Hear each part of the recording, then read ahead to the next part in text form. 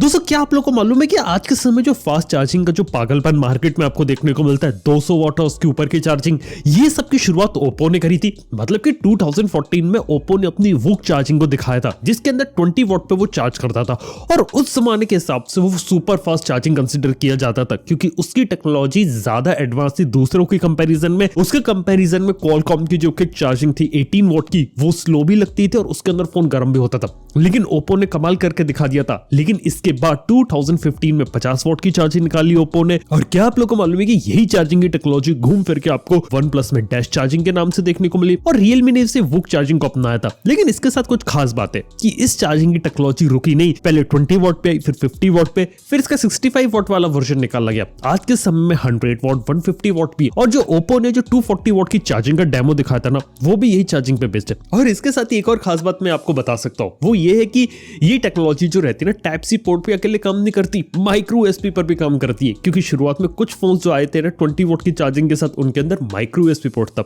है ना। काफी कमाल की बात है। क्या आप लोग को मालूम है कि जो ओप्पो कंपनी है, यानी कि मैं सिर्फ बीबीके के अंदर ओप्पो और उसकी कंपनीज को उठा लूं ना, तो उसके अंदर जो R&D करते हैं ये लोग, वो काफी अच्छे तरीके से करते हैं, जिसके अंदर ये दुनिया के टॉप 10 कंपनीज के अंदर आते हैं जो यहाँ पे पेटेंट्स फाइल करते हैं। देखा है तो 2021 में 8th पोजीशन मिली थी, उससे पहले 5th पोजीशन पर थे, यानी कि ये पेटेंट्स काफी ज्यादा फाइल करते हैं। और अभी के समय देखा तो मोबाइल फोन इंडस्ट्री के अंदर one of the highest patent जिस कंपनी के पास है वो ओप्पो है। लगभग 65,000 मोबाइल फोन के पेटेंट है इसके पास, है ना। काफी कमाल की बात। और क्या आप लोग को मालूम है कि ओप्पो के 5 R&D सेंटर है, जिनमें से 4 R&D सेंटर जो है ना वो चाइना के अंदर है, लेकिन एक R&D सेंटर इंडिया में, हैदराबाद में। और सोच रहे हो उस R&D सेंटर में क्या काम होता है? बेसिकली 5G की नेटवर्क टेस्टिंग और उसकी टेक्नोलॉजी पे काम होता है। इसके साथ एक और इंपॉर्टेंट काम होता है, वो होता है कैमरास का। ये लोग कैमरा जो रहता है वो इंडियन एनवायरनमेंट के हिसाब से टेस्टिंग करते हैं और उसके बाद आपको एक परफेक्ट रिजल्ट यहाँ पर देखने को मिलता है, ताकि इनके फोन के कैमरास को ऑप्टिमाइज किया जा सके। और एक राज की बताऊं, सिर्फ ऐसा नहीं कि ओप्पो के फोन यहाँ पे ऑप्टिमाइज हो रहे हैं, कहीं ना कहीं Realme और OnePlus के फोन का भी ऑप्टिमाइजेशन हो रहा है कहीं ना कहीं इसी का यूज करके। और देखा तो ओप्पो की तरफ से हमें काफी सारी नई टेक्नोलॉजीज भी देखने को मिली थी, जैसे कि 5x पेरिस्कोप जूम होता है, इसका जो पहला कॉन्सेप्ट होता है वो भी ओप्पो ने दिखाया था।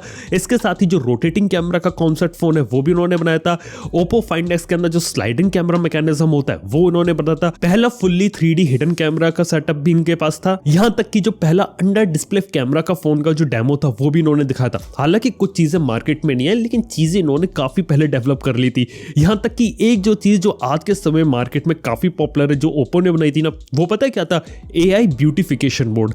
ये सबसे पहले भी ओप्पो ने यहाँ पे क्रिएट किया था, जो देखा तो आज के समय में मोबाइल फोन के रियर और फ्रंट कैमरा दोनों में आपको देखने को मिलता है। बाय द वे, आप लोगों ने कभी इसका यूज किया AI ब्यूटिफिकेशन मोड का? नीचे कमेंट में बात बताना। ओप्पो के पास एक काफी बड़ी मोबाइल फोन बनाने की फैक्ट्री है, जिसे वो स्मार्टफोन सुपर फैक्ट्री भी कहते हैं, और कहा जाता है कि उस फैक्ट्री में 3 सेकंड में एक फोन बनता है।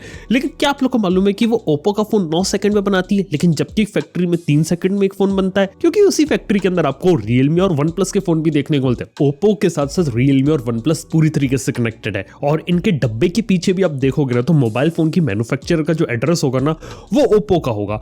लेकिन एक बात बताओ आप लोगों को, OnePlus और Realme की कहानी काफी अलग है। मतलब कि Realme को देखा जाए तो ओप्पो रियल नाम से इनका एक फीचर फोन आता था, उससे कहीं ना कहीं इन्होंने नाम लिया और अपने ब्रांड को खड़ा किया गया। लेकिन अंदर की बात आपको पता है कि कहां रेडमी वहां पे टॉप कर रहा था, तो रेडमी से लड़ने के लिए ओप्पो की तरफ से Realme यहाँ पे देखने को मिला था, और आज के समय में Realme काफी सही कर रहा है। इसके साथ ही बात की जाए तो OnePlus की कहानी ये थी कि OnePlus को फाउंड किया था आपके कारल पे पीट लाओ ने, और फिर दोनों अलग हो गए। लेकिन पीट लाओ जो थे वो इससे पहले ओप्पो के वाइस प्रेसिडेंट थे। और अभी के समय में बात करें पीट लाओ की, तो जब से ओप्पो और OnePlus का जब से मर्जर हुआ है ना, तब से पीट लाओ OnePlus और ओप्पो दोनों को यहां पे संभाल रहे हैं।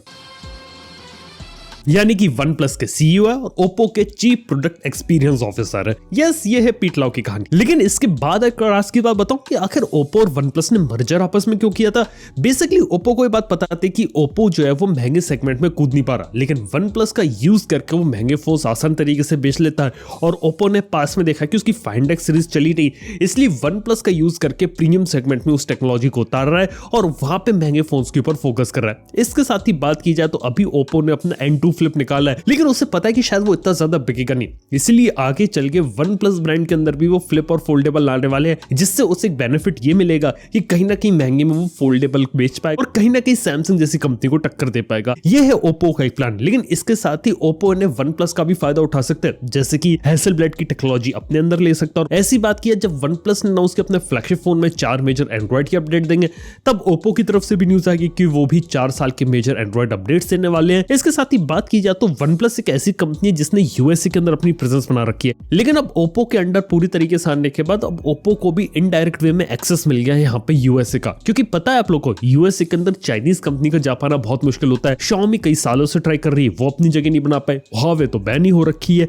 इसलिए ओप्पो ही इकलौती बड़ी चाइनीज कंपनी जो यहाँ पे टिकी हुई है। इसके अलावा सिर्फ मोटोरोला को हम वहां कंसीडर कर सकते हैं। लेकिन क्या आप लोग को मालूम है कि यूएसए के अंदर ओप्पो अपने मोबाइल फोन से ज्यादा किसी और चीज के लिए पॉपुलर है, और वो है उसके ब्लू-रे डीवीडी प्लेयर। मतलब ओप्पो जो है वो बीबीके का पार्ट है, और बीबीके के अंदर ही आपको एक और कंपनी है जिसका नाम है ओप्पो डिजिटल, जो कि Blu-ray DVD player MP3 player बनाने में मास्टरी हासिल कर रखी है और यूरोप और यूएसए के अंदर ब्लू-रे डीवीडी प्लेयर बेचती है। और कहा जाता है कि इसके जो ब्लू-रे डीवीडी प्लेयर होते हैं उनकी क्वालिटी काफी ज्यादा अच्छी रहती है। इंडिया में मार्केट नहीं है इन सब का, तो इंडिया में नहीं मिलती, लेकिन बाहर सच में वो लोग यहाँ पे काफी अच्छा काम कर रहे हैं उस सेगमेंट में। तो खैर ये है कुछ चीजें ओप्पो की, लेकिन वही बात करें फ्यूचर क्या हो सकता है।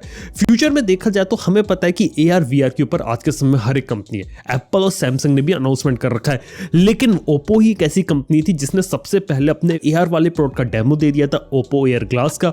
उसके बाद एयर ग्लास का सेकंड वर्जन भी लिया, लेकिन उसे ग्लोबल मार्केट के अंदर लेकर नहीं गए, अभी वो ट्रायल और टेस्टिंग ही कर रहे हैं। लेकिन देख के चला कि किस तरीके से फंक्शनल रूप से उस चीज को यहाँ पे डिप्लॉय किया। इसके साथ ही अलग अलग फोल्डिंग फोन, रोलेबल फोन, इन सबके डेमो दिखाए, वायरलेस चार्जिंग वगैरह के बारे में बात करी, और देख के ऐसा लग रहा है कि फ्यूचर पे काम कर रहे हैं। और वही बात करिए अपने आज के समय में खुद के प्रोसेसर बना रहे हैं, जैसे कि Mary Silicon X, Mary Silicon Y, ये तो आपको देखने को मिलते हैं। लेकिन क्या आप लोग को मालूम है कि यहाँ पर जो ओप्पो कंपनी है वो अपने खुद के प्रोसेसर्स पर भी यहाँ पे काम कर रही, यानी कि अभी तक हमने सिर्फ ISP इमेज सिग्नल प्रोसेसर देखा है, लेकिन खुद का बना हुआ प्रोसेसर, ये चीज भी ओप्पो की तरफ से हमें आने वाले कुछ सालों में देखने को मिल सकती है। क्योंकि देखा तो जितनी भी दुनिया की सबसे बड़ी बड़ी कंपनीज है ना, आने वाले 3-4 सालों के अंदर अपने खुद के बना हुए प्रोसेसर्स निकालेंगे। देख लेना आप इस बात को यहाँ पे। और आप लोग को यहाँ पे वीवो और ओप्पो के बीच में कनेक्शन पता होगा, लेकिन क्या आप लोग को मालूम है ओप्पो, वीवो, Xiaomi के बीच में भी कनेक्शन है। एग्जैक्टली में इन्होंने यहाँ पे एक डील, एग्जैक्टली में इन्होंने यहाँ पे पार्टनरशिप करी थी peer to peer file exchange की, जहां पर देखा है तो वायरलेसली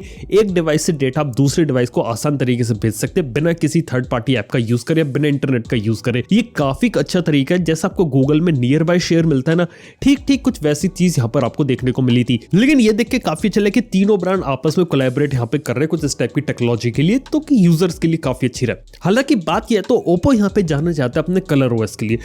शुरुआत में जब ऑक्सीजन ओएस को कलर ओएस बना लिया तो काफी ज्यादा नेगेटिव क्रिटिसिज्म मिला, लेकिन कलर ओएस देखा जाए तो उसका फायदा यह है कि लंबे समय तक तो अपडेट दे पा रहे हैं, काफी सारे यूनिक फीचर्स को प्रॉमिस कर पा रहे हैं, और यहां तक कि आपको ओ डायलर देखने को मिलता है कलर ओएस में, जिसके अंदर आप कॉल रिकॉर्डिंग जैसी चीज भी यहाँ पे परफॉर्म कर सकते हैं, है ना। काफी सही चीज। बाय द वे आप सच बताना कि आपको कलर ओएस यहाँ पे पसंद है या फिर जो पुराना ऑक्सीजन ओएस था वो यहाँ पे ज्यादा पसंद है। अपना जो ओपिनियन है प्लीज ये बात मुझे नीचे कमेंट बताना ना भूलना, क्योंकि बात करें तो आज के समय में रियलमी और ऑक्सीजन ओएस, कलर ओएस एक ही चीज बन के रह गए। हालांकि बात ये तो ओप्पो के बारे में एक और खास बात ये कि काफी सारे डिवाइसेस वो चाइना के अंदर उतारते हैं, लेकिन इंडिया में जब लाते तो वन प्लस के नाम से रीब्रांड कर देते। इवन टीवीज वगैरह के बारे में बात करें, ओप्पो ने अपने चाइना के अंदर टीवीज निकाले, लेकिन काफी सारी चीजें जब इंडिया में आती है ना तो वो वन प्लस की ब्रांडिंग के अंदर आती है। और भी काफी सारे ऐसे प्रोडक्ट्स हो सकते हैं जो फ्यूचर में जो ओप्पो कंपनी है वो चाइना के अंदर अपनी ब्रांडिंग के अंदर निकाले, लेकिन इंडिया में जब आए तो वन प्लस के ऊपर है। वेल इस टाइप की चीजें आप लोग को यहाँ पे कैसी लगेंगी ये बात आप मुझे नीचे कमेंट में बता सकते हैं। और वेल वीडियो अगर आप लोग को पसंद है तो लाइक कर सकते हैं। थैंक यू वीडियो देखने के लिए। मैं आपसे मिलता हूँ नेक्स्ट वन में। Good bye.